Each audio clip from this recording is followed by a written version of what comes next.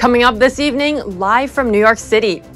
An FCC commissioner calling on Apple and Google to ban the TikTok app over concerns China is accessing Americans' data. We talked with the commissioner himself. Electric car maker Tesla cutting costs, closing an office in Silicon Valley, and reportedly laying off workers. It's after a warning from CEO Elon Musk. Why is it a surprise? U.S. emergency oil reserves fall to their lowest level in over 3 decades as President Biden releases more crude into the market. That and much more coming up on NTD Business. Great to have you with us. Chenny Wu here for NTD Business. In an open letter, FCC Commissioner Brendan Carr asked both Apple and Google to remove TikTok from their app stores, saying that Beijing is harvesting swaths of sensitive data from it. We asked the commissioner himself about his concerns.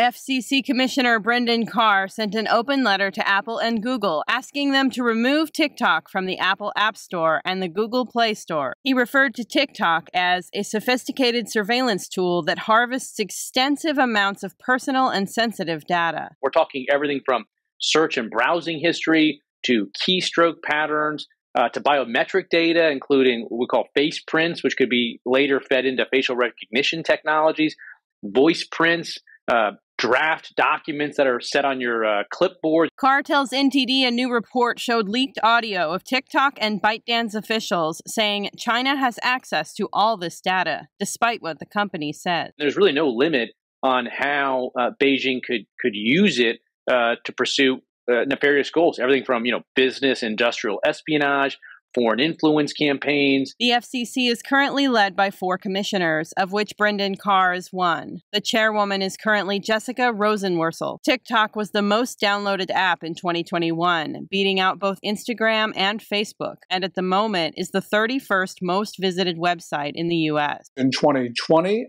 it used TikTok to encourage Americans to engage in violent protests. It's been glorifying drug use. Gordon Chong is the author of The Coming Collapse of China. Chong sees 3 reasons why China wants the user data. First of all, more data, more users means that ByteDance, the parent, is more valuable. Second, I think that China can obtain information that would be used to compromise TikTok users. I know that, it is silly dance videos, but they can learn things about people. And with other data that Beijing assembles, it can get a much better picture about an individual. And then the third thing is that in general, Beijing uses the data to feed into its artificial intelligence networks. FCC Commissioner Brendan Carr isn't certain if Apple and Google will even respond to his letter, but says it's only one part of a broader government effort. Members of Congress, both in the House, the Senate, Republicans, Democrats are coming together, slowly seeing the national security threat that is posed by TikTok. TikTok hit 1 billion users worldwide in 2021, and it's expected to hit 1.8 billion by the end of 2022. The U.S. is blacklisting Chinese companies for their support of Russia during the invasion of Ukraine. NTD's Phil Zhou has the story. The White House is blacklisting 5 Chinese companies for supporting Russia during its invasion of Ukraine. The U.S. government says the firms have been supplying items to Russian entities of concern even before the war and continue to do so. China has been supporting Russia during the war through commodities purchases and diplomatically. Bradley Thayer, founding member of the Committee on the Present Danger, China, says the Russian leader met with the Chinese leader before the invasion to make sure he got the green light. Putin met with Xi Jinping, the leader of China. And in that meeting, they certainly discussed Russia's activities, and equally certainly in that meeting, Xi expressed support for Putin. And thus that contributed to Russia's decision to invade. Another China expert says this ban could be all show, no substance. We have a lot of doubt about whether the pivot to Asia 2.0 is real or just imaginary in the Biden White House. Steve Yates is a former national security advisor at the White House. He's currently chair of the China Policy Initiative at the America First Policy Institute. The United States have been willing to go very, very far to impose penalties for activities that are counter to our interests with regard to Europe and Russia. They still seem very far behind in trying to do that with regard to China and Asia. Thayer agrees. If the Biden administration can sanction these firms, why can't they sanction other firms? Chinese firms that, for example, are participating in the cotton gulag, the oppression of Muslims in Xinjiang, where cotton is produced and where clothing manufacturing occurs. The U.S. has blacklisted globally a total of 36 companies for supporting Russia in the war. It's the first time the Biden administration has penalized Chinese firms for their Russian support. Phil Zhou, NTD News. Also today, President Biden announced the U.S. will ramp up its forces across Europe, including a new permanent army headquarters in Poland. This is, of course, in response to threats from Russia. New data shows President Biden's efforts to lower energy prices have reduced the nation's emergency oil reserves. The reserves now stand at their lowest level in over 35 years. In total, the emergency supply of crude oil stood at just under 500 million barrels. The U.S. consumes close to 20 million barrels per day. That means we have just about a 25-day supply of oil. In response to growing concern about the depleted reserve, the Department of Energy has revealed plans to replenish emergency stocks, including a process to repurchase 60 million barrels of oil this fall. The Biden administration's first ever onshore oil and gas auctions will be held this week. This as gas prices are through the roof. The last we checked, the average was $4.87 a gallon. It's also after Biden promised early on to end federal drilling. The auctions take place on Wednesday and Thursday. They'll cover 140,000 acres, which is about the size of Chicago.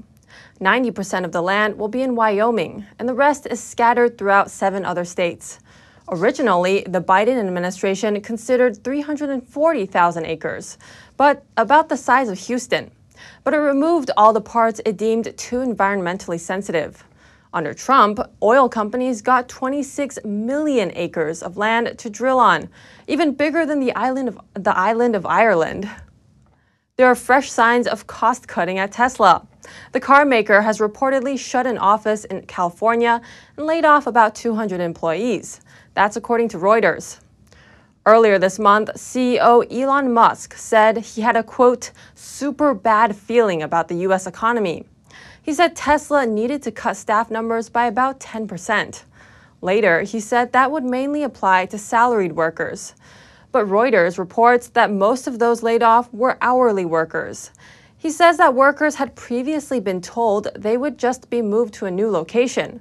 Instead, they were let go of after the office in San Mateo, California, was shut altogether. Many staffers there worked on helping to develop the autopilot software that allows Tesla cars to drive themselves. Tesla didn't comment on the news. Mortgage rates fell last week. The 30-year fixed rate went from 5.98% to 5.84%. Though this didn't change homebuyer demand. It stayed the same compared to last week and is still down 24% from last year. How is limited homebuyer demand affecting certain businesses? NTD's Don Ma speaks to the CEO of a flooring company. And here with us is Antonio Sestiel. He's a real-life example of the American dream. He came to America with just $400 to his name, and now he's the flooring king and a millionaire. Thanks for coming back on the show, Antonio. Thank you for having me back. So last time we spoke with you, it looked like everything was going great. So how's business these days?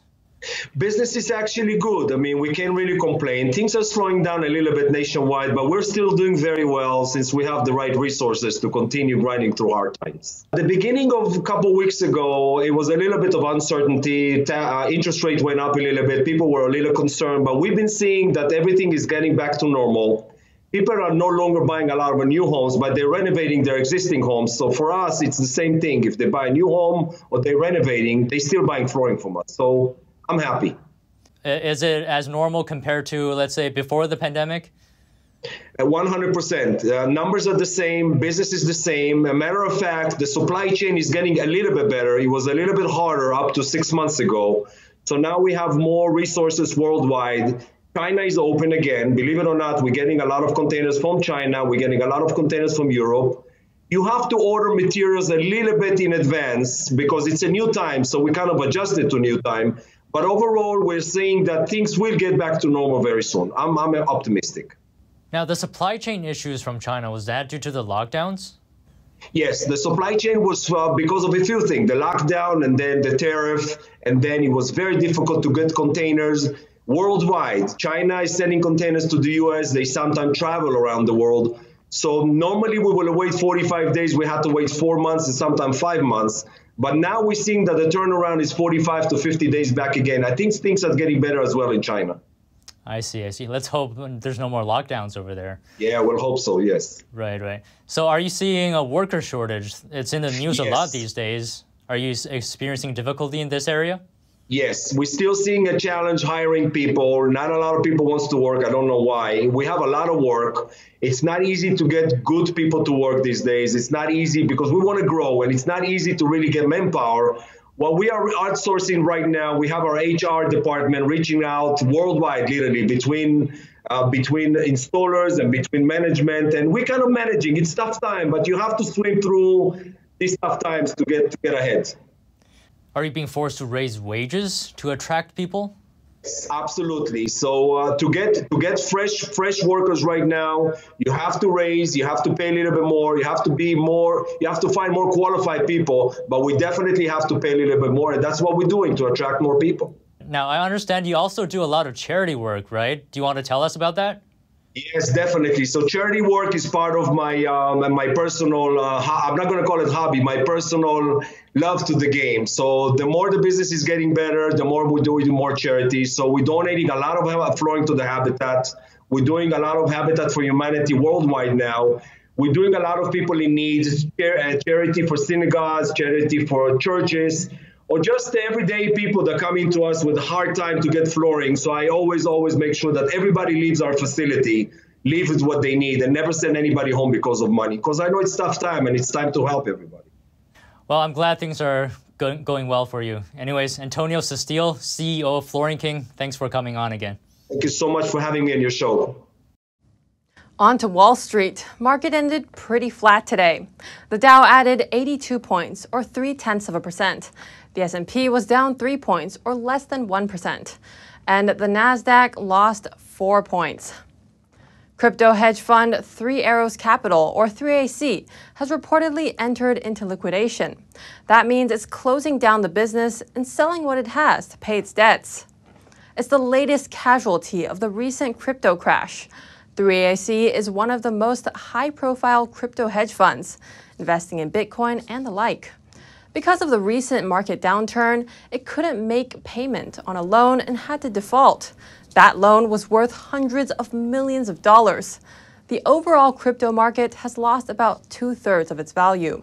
Bitcoin today trading at around $20,000, compared with its all-time high of $69,000 last November. The crypto crash has wiped out millions of dollars stolen by North Korean hackers. That's according to 4 digital investigators. They say this threatens a key source of funding for Pyongyang and its weapons program. The U.S. Treasury says sanctions-stricken North Korea has poured resources into stealing crypto in recent years. It was allegedly behind one of the largest crypto heists on record in March, stealing around $615 million. But with the recent plunge in crypto values, Pyongyang may now have to rethink how to fund its weapons programs. According to a South Korean research institute, a record number of missile tests have cost it as much as $620 million so far just this year. And North Korea plans to resume nuclear testing despite an economic crisis. Charges for putting apps in app stores are common, but virtual reality app developers have not been happy with Meta for adopting the same practice. NTD's Sean Marshall has more. Virtual reality app developers don't like paying Meta 30% of every purchase made on the Oculus Quest. Several developers told the Financial Times of their frustration that Meta has insisted on a charging model for its VR app store. Much because Meta chief Mark Zuckerberg has been strongly critical in the past of charging policies on existing mobile app stores. So a lot of people are not going to need to kiss the ring of Facebook to actually participate and do stuff in the metaverse. I spoke with Bob Bilbrook, the CEO of Capture, a company that develops business models for developing technologies. He thinks Meta is making a huge mistake. The value is in the creation within the metaverse. You know what I mean? So these developers are actually bringing in the pieces that are going to make their metaverse or their piece of the metaverse even more valuable. Bilbrook explained how he would do things as opposed to charging developers. I would be giving away developer tools. I would be doing things that are going to constitute growth and quick growth, because the growth curve of the metaverse is huge. And I think a lot of these groups are already looking at the money side. I think you have to build the community before the money will be there. And you have to have the user base. And that's probably the biggest challenge they have right now. Meta Reality Labs brought in $695 million in Q1 of 2022, with most of that coming from Quest 2 sales. This is up from $534 million in Q1 revenue in 2021. But until Microsoft, Sony, Apple, and other companies come out with competition, Meta is free to do as they please. Sean Marshall, NTD News. Still to come, Delta offering a special travel waiver for the July 4th holiday. What does it mean for you if you're flying this weekend? A rare copy of a famous statue going up for auction at Christie's. How much is it expected to fetch? That and much more coming up on NTD Business.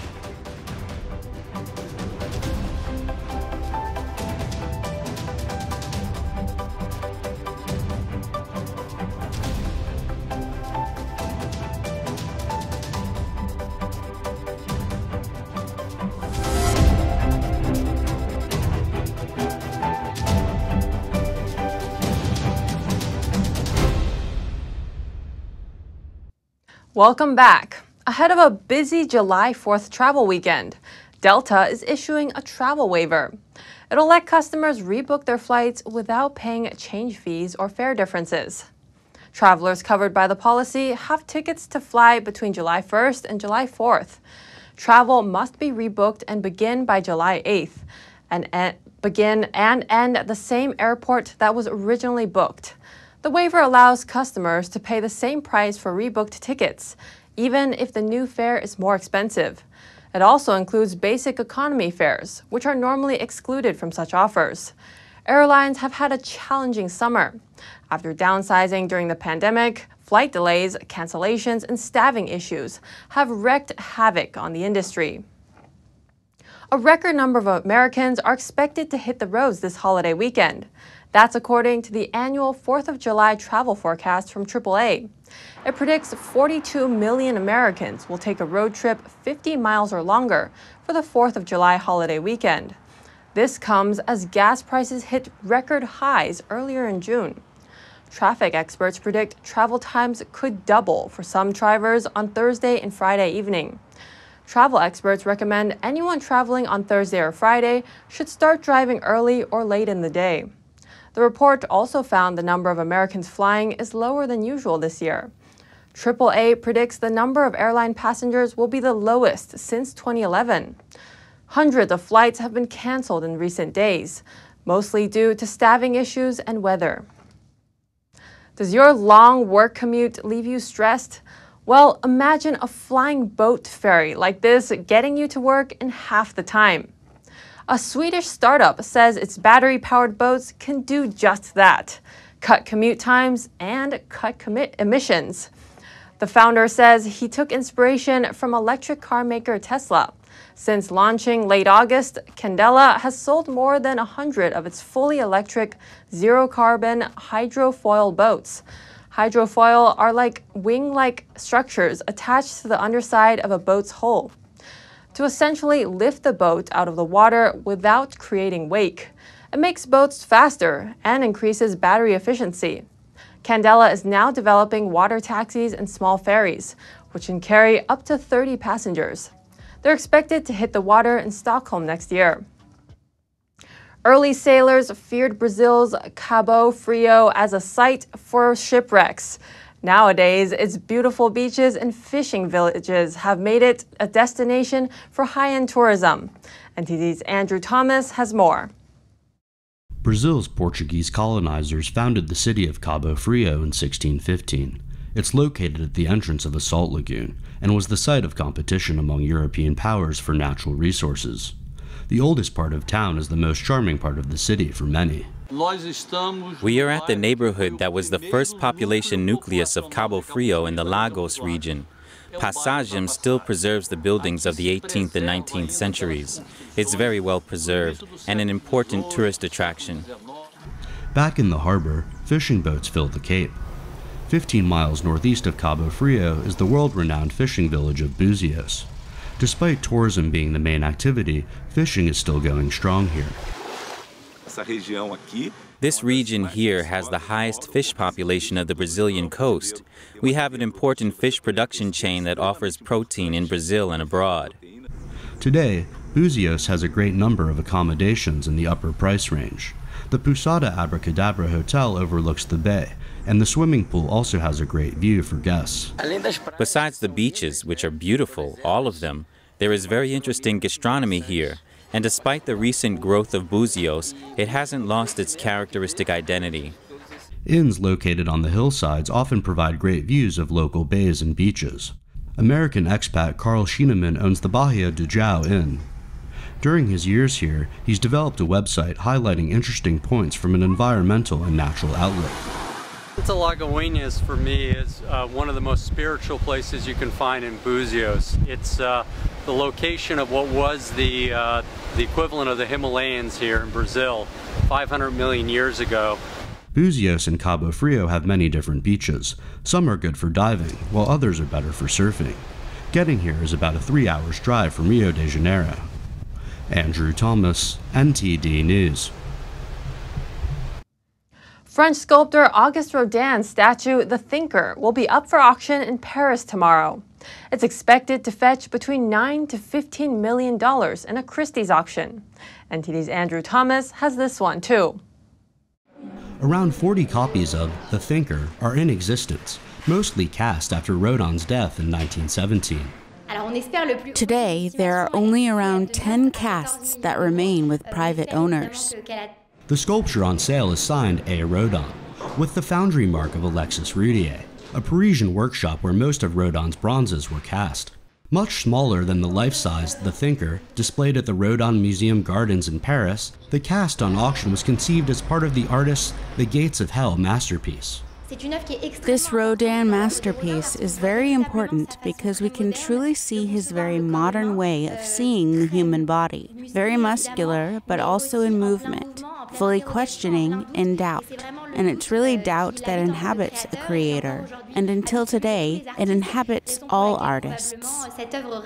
Rodin's The Thinker originally represented the poet Dante, contemplating his writings, but it's a universal symbol of thought and creative genius. In the beginning, Rodin was imagining something that was more realistic with regard to the vision he had of Dante. But in the end, he changed through the years, looking at the poet in a more vast manner. The record sale for a cast of The Thinker was for $15.2 million at a Sotheby's auction in New York in 2013. That version was commissioned by publishing mogul Ralph Pulitzer in 1906. Andrew Thomas, NTD News. If you have any news tips or feedback for the show, send us an email at business@ntd.com. That's the latest from the NTD Business team and myself, Chenny Wu. You can follow me on Twitter. For NTD Business, that's all for today. Thanks for watching, and we'll see you tomorrow.